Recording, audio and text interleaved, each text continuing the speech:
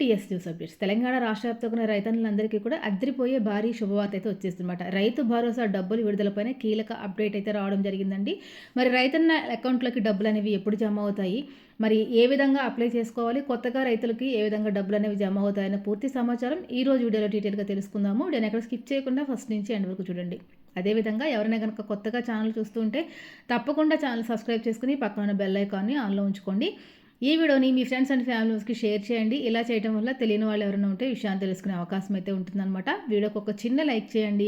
మీరు లైక్ చేయడం వల్ల వీడియో చాలామంది దగ్గరికి రీచ్ అయ్యే అవకాశం అయితే ఉందన్నమాట. మన ఛానల్లో కేంద్ర ప్రభుత్వం నుంచి, రాష్ట్ర ప్రభుత్వం నుంచి వచ్చే ప్రభుత్వ పథకాల యొక్క సమాచారం అనేది ఎప్పటికప్పుడు నేను మీకు అందజేస్తూ ఉంటానన్నమాట. మరి ఇక లేట్ చేయకుండా వీడియోకి వెళ్ళిపోదామండి. తెలంగాణ వ్యాప్తంగా ఉన్న రైతన్నులందరూ కూడా రైతు భరోసా డబ్బులు ఎప్పుడెప్పుడు విడుదలవుతాయా అని చెప్పేసి ఎంతో ఆశగా ఎదురు చూస్తూ ఉన్నారండి. మొదట ఈ డబ్బులు సంక్రాంతి పండగ టైంలో విడుదల చేస్తారని చెప్పేసి చూస్తూ ఉన్నారు. కానీ కొన్ని కారణాల వల్ల విడుదల కాలేదన్నమాట.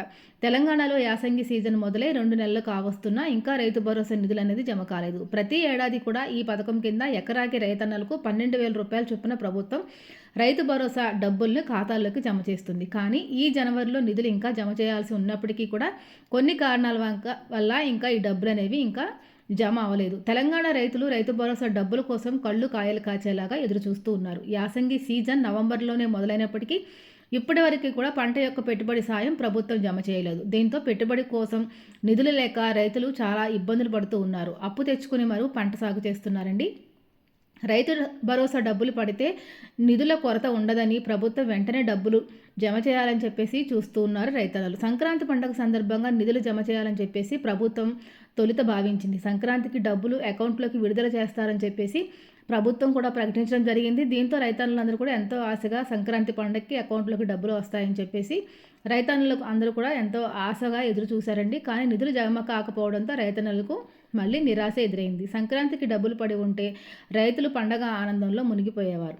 కానీ ప్రభుత్వం నిధుల విడుదలలో జాప్యం జరిగింది. ఫిబ్రవరి లేదా మార్చిలో రైతు భరోసా నిధులు ప్రభుత్వం జమ చేసే అవకాశం అనేది కనిపిస్తుందన్నమాట.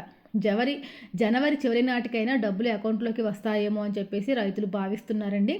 అయితే మరి మనకి ఈ యొక్క రైతు భరోసా నిధులు జమ చేయడానికి శాటిలైట్ సర్వేనే కారణంగా తెలుస్తుంది. ఈ పథకం అమల్లో రాష్ట్ర ప్రభుత్వం కొత్త నిబంధనలు కూడా తీసుకొచ్చిందండి. కేవలం ఈ పథకం ద్వారా రైతన్నలకు ఖాతాల్లోకి డబ్బులు జమ కావాలి అంటే పంట సాగు చేస్తున్న రైతులకి మాత్రమే ఈ సాయం అందించాలని చెప్పి చూస్తుంది. ఇందుకోసం శాటిలైట్ మ్యాపింగ్ ఆధారంగా భూములను గుర్తించే ప్రక్రియ అయితే జరుగుతోందన్నమాట. అగ్రికల్చర్ యూనివర్సిటీ ఆధ్వర్యంలో ప్రభుత్వం ఈ సర్వే చేపడుతుంది. రాష్ట్ర వ్యాప్తంగా ఈ సర్వే పూర్తవడానికి కొంత సమయం అయితే పడుతుందండి. ఈ సర్వే రిపోర్ట్ వచ్చాక అధికారులు క్షేత్రస్థాయిలో పరిశీలించి సాగు చేసే భూముల్ని నిర్ధారిస్తారండి. దీంతో ఈ ప్రక్రియ మొత్తం పూర్తి కావడానికి కొంచెం టైం పడుతుందని తెలుస్తుంది. అంటే ఎవరైతే వ్యవసాయ భూములు ఉన్నాయో వ్యవసాయం చేసే రైతులకి మాత్రమే ఈ యొక్క రైతు భరోసా డబ్బులు అందించాలన్న ఉద్దేశంతో ప్రభుత్వం అర్హత ఉన్న రైతులకు మాత్రమే రైతు భరోసా నిధులు అనేవి జమ అవ్వాలన్న ఉద్దేశంతో ప్రభుత్వం ఎంతో కూలంకషంగా పరిశీలన చేపట్టింది. అంటే మరి చాలా చోట్ల ఈ యొక్క పంట పొలాలన్నీ కూడా మరి రియల్ ఎస్టేట్ వ్యాపారాలకు కానివ్వండి, ఇంకా మరి పరిశ్రమలకు కానివ్వండి వినియోగిస్తూ ఉన్నారు. అలాంటి భూములకి రైతు భరోసా అనేది వర్తించదనమాట. కేవలం పంట సాగు చేసే భూములకి మాత్రమే రైతు భరోసా వర్తింపచేయాలని చెప్పేసి ప్రభుత్వం ఈ విధంగా సర్వే అనేది చేయడం జరుగుతుందన్నమాట. యాసంగి సీజన్లో పంట సాగు చెయ్యని రైతులకు భరోసా అనేది జమ కాదండి. ఎవరైతే యాసంగి సీజన్లో పంట సాగు చేస్తారో అలాంటి రైతులకి మాత్రమే డబ్బులు అనేవి అకౌంట్లు జమ అవుతాయి. కేవలం సాగు చేస్తున్న పంట భూములకు మాత్రమే రైతు భరోసా ఇవ్వాలని చెప్పి రాష్ట్ర ప్రభుత్వం నిర్ణయం తీసుకుంది. కేవలం అర్హత ఉన్న రైతులకు మాత్రమే రైతు భరోసా అందాలనే ఉద్దేశంతో ఈ నిర్ణయం తీసుకుందండి. ఆదివారం మేడారంలో జరిగిన కేబినెట్ సమావేశంలో రైతు భరోసా నిధుల విడుదలపైన చర్చ అనేది జరిగిందనమాట. కాబట్టి ఈ పథకం ద్వారా ప్రతి ఎకరానికి కూడా 6,000 రూపాయల చొప్పున ప్రభుత్వం యాసంగి సీజన్లో డబ్బులు జమ చేయబోతోందనమాట.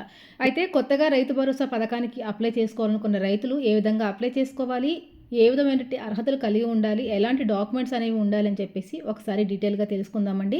తెలంగాణ రాష్ట్ర ప్రభుత్వం వ్యవసాయ రంగంలో రైతుల ఆర్థిక స్థిరత్వాన్ని పెంపొందించడానికి, పంట పెట్టుబడి భారాన్ని తగ్గించడానికి రైతు భరోసా పథకాన్ని అమలు చేస్తుంది.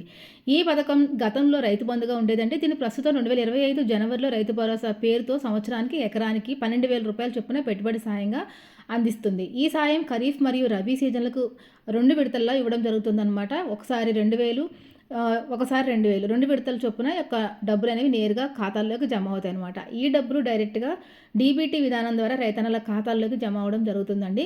పథకానికి ప్రధానంగా అర్హతలేంటంటే, ఎవరైతే రైతన్నులు ఉన్నారో పథకానికి కొత్తగా అప్లై చేసుకోవాలనుకున్న రైతన్నులు ఎవరైతే ఉన్నారో వారు ఖచ్చితంగా పట్టాదారు రైతు అయి ఉండాలన్నమాట. మరియు సాగు యోగ్యమైన భూమి వివరాలు తప్పనిసరిగా భూభారతి ధరణి పోర్టల్‌లో తప్పనిసరిగా నమోదై ఉండాలండి. కొత్తగా అర్హత పొందిన రైతుల కోసం దరఖాస్తు ప్రక్రియ ప్రస్తుతం ఆఫ్లైన్ పద్ధతిలో మాత్రమే అందుబాటులో ఉందన్నమాట. రైతులు మండల వ్యవసాయ విస్తీర్ణ అధికారి ఏఈఓ లేదా ప్రజాపాలనా కేంద్రాల ద్వారా మీరు దరఖాస్తు చేసుకోవాల్సి ఉంటుంది. రైతు భరోసా పథకం తెలంగాణలో వ్యవసాయ పెట్టుబడి సహాయ కార్యక్రమాలకు కొనసాగింపుగా బీఆర్ఎస్ ప్రభుత్వం 2018లో రైతు బంధు పేరుతో ఈ యొక్క పథకాన్ని ప్రవేశపెట్టింది. తొలుత సంవత్సరానికి ఎకరానికి 8,000 సాయం అందించగా ఆ తర్వాత 10,000కు పెంచారు. 2025లో అధికారంలోకి వచ్చిన కాంగ్రెస్ ప్రభుత్వం ఈ పథకాన్ని రైతు భరోసా పేరుతో అమలు చేస్తూ ఆర్థిక సహాయాన్ని సంవత్సరానికి 12,000 రూపాయల వరకు పెంచిందండి. రైతులకు పెట్టుబడి భారాన్ని గణనీయంగా తగ్గించడం మరియు ఎన్నికల హామీని నెరవేర్చడంలో ప్రభుత్వం యొక్క నిబద్ధతను తెలియజేస్తుందన్నమాట. ఈ పథకం యొక్క ముఖ్య ఉద్దేశం రైతులకు పెట్టుబడి సాయం కోసం ఆర్థిక సహాయం అందించడం. రైతులకు ఎరువులకు కానివ్వండి, వ్యవసాయ కూలీలకు కానివ్వండి, ఈ డబ్బులు ఎంతగానో ఉపయోగపడతాయండి. రైతు భరోసా కింద ప్రస్తుతం రైతన్నులందరికీ కూడా 12,000 సహాయాన్ని అందజేయడం జరుగుతుంది. ఈ డబ్బుల్ని 2 విడతల్లో 6,000 రూపాయలు, 6,000 రూపాయలు ఖరీఫ్ మరియు రబీ సీజన్లో 2 దఫాలుగా రైతన్నల బ్యాంకు ఖాతాల్లోకి నేరుగా జమ చేయడం జరుగుతుందన్నమాట. ఎన్ని ఎకరాల భూమి ఉంటే సాగు యోగ్యమైన అన్ని ఎకరాలకు ఈ సహాయం అనేది అందించబడుతుందండి. ఎటువంటి పరిమితి అనేది లేదనమాట.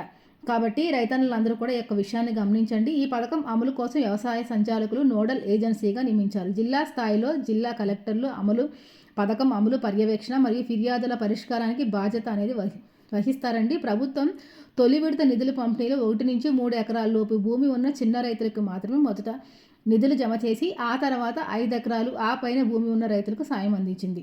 రాష్ట్రం 1.29 లక్షల కోట్ల బకాయిలు వంటి తీవ్రమైన ఆర్థిక సవాళ్లను ఎదుర్కొంటున్న ప్రస్తుత పరిస్థితుల్లో పరిమిత నిధులను అత్యంత తక్కువ భూమి కలిగిన మరియు ఆర్థికంగా బలహీనమైన చిన్న రైతులకు త్వరితగతిన చేర్చడం ద్వారా ఆర్థిక స్థిరత్వం కల్పించడానికి విడతల వారీగా యొక్క డబ్బులు అనేవి పంపిణీ చేస్తున్నారండి.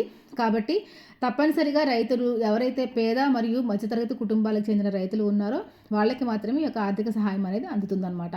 మరి ఈ పథకానికి బీడు భూములు, రాళ్ళు రప్పలో ఉన్న భూములు అర్హత ఉండదండి. అదేవిధంగా రియల్ ఎస్టేట్ భూములు కానీ, వెంచర్లు కానీ, ఫ్లాట్లుగా మార్చబడిన భూములు కూడా ఈ యొక్క పథకానికి అర్హత ఉండదన్నమాట. కొండలు, కాలువలు లేదా వాణిజ్య సముదాయాలకు చెందిన భూములు కూడా అర్హత ఉండదండి. మైనింగ్ ప్రాంతాలు లేదా పారిశ్రామిక జోన్లుగా వర్గీకరించబడిన భూములు కూడా ఈ యొక్క పథకానికి అనర్హత అనమాట. కాబట్టి ఎవరైతే పంట సాగు చేస్తున్న రైతులు ఉన్నారో వారికి మాత్రమే ఈ యొక్క రైతు భరోసా డబ్బులు అనేవి అందుతాయి అన్నమాట. దీంట్లో ముఖ్యంగా కొన్ని రకాల అర్హతలు అయితే ఉన్నాయన్నమాట. ఆదాయ పన్ను చెల్లించే రైతులకు ఈ యొక్క ఇన్కమ్ ట్యాక్స్ చెల్లించే వారు ఎవరైతే ఉంటారో వారికి యొక్క పథకం వర్తించదండి. దీంతో పాటుగా ప్రభుత్వ ఉద్యోగులు మరియు ప్రభుత్వం నుంచి వచ్చే పెన్షన్స్ తీసుకునే వారికి కూడా ఈ యొక్క రైతు భరోసా అనేది వర్తించదు. దీంతో పాటుగా రాజ్యాంగబద్ధమైన పదవులు కానీ మరి ఎంపీలు ఇలాగ రాజ్యాంగబద్ధమైన రాజకీయ నాయకులకి ఈ యొక్క పథకం అనేది వర్తించదనమాట. కాబట్టి ఎవరైనా కొత్తగా రైతు భరోసా పథకానికి మీకు అర్హత ఉండి అదేవిధంగా ఎవరైనా కొత్తగా భూమి కొనుగోలు చేసి పట్టాదారు పాస్బుక్ వచ్చి ధరణి పోర్టల్లో మీ పేరు నమోదై ఉన్న రైతులు ఎవరైనా ఉంటే కనుక వెంటనే మీరు దరఖాస్తు చేసుకోవచ్చండి. మీ మండలంలో ఉన్న రైతు భరోసా కేంద్రాలు ఉంటాయి కదా, వ్యవసాయానికి సంబంధించిన ఆఫీసెస్ ఉంటాయి కదా, మీరు అక్కడికి వెళ్ళి దరఖాస్తు చేసుకోవాలి. ప్రస్తుతం ఆన్లైన్లో దరఖాస్తు చేసుకునే విధానం లేదండి. మీరు డైరెక్ట్గా ఆఫీస్కి వెళ్ళి అప్లై చేసుకోవచ్చు అనమాట. ముందుగా దరఖాస్తు తీసుకుని అక్కడ మీ వివరాలన్నీ కూడా నమోదు చేయాలండి. తర్వాత అక్కడ అడిగినటువంటి డాక్యుమెంట్స్ అన్నీ మీరు ఖచ్చితంగా ఆధార్ కార్డు, రేషన్ కార్డు, పట్టాదారు పాస్బుక్, మీ యొక్క భూమి సర్వే వివరాలు అన్నీ కూడా ఖచ్చితంగా మీరు కలిగి ఉండాలి. దీంతో పాటుగా యాక్టివ్లో ఉన్న ఫోన్ నెంబరు ఉండాలి. ఫోన్ నెంబర్కి డీబీటీ విధానంలో డబ్బులు వేస్తారు కాబట్టి ఫోన్ నెంబర్కి ఎన్పీసీఎల్ లింకింగ్ చేసుకోవాలి. అలాగే ఆధార్ కార్డుకి కేవైసీలు కంప్లీట్ చేయాలి. రేషన్ కార్డుకు కూడా వేలిముద్రల ఆధారంగా కేవైసీ అనేది కంప్లీట్ చేసుకోవాల్సి ఉంటుంది. ఈ విధంగా అన్ని రకాల అప్డేట్స్ అన్నీ చేసుకొని సిద్ధంగా ఉంటే మీకు రైతు భరోసా డబ్బులు అనేవి జమ అవుతాయి అన్నమాట. ఈ నెలాఖరు అంటే మనకి గణతంత్ర దినోత్సవం సందర్భంగా ఈ డబ్బులు అనేవి జనవరి 26 ఆ టైం వరకు కూడా రైతుల ఖాతాల్లోకి డబ్బులు జమ చేయాలని చెప్పేసి తెలంగాణ ప్రభుత్వం అయితే ఆలోచనలు ఉన్నట్టు తెలుస్తుందన్నమాట. మరి తెలంగాణ రాష్ట్ర వ్యాప్తంగా ఉన్న రైతులందరికీ కూడా లేటెస్ట్గా వచ్చినటువంటి రైతు భరోసా పైన కీలక అప్డేట్స్ అనమాట ఇవి. మరొక మంచితో మళ్ళీ కలుసుకుందాం. అంతవరకు సెలవు, నమస్తే.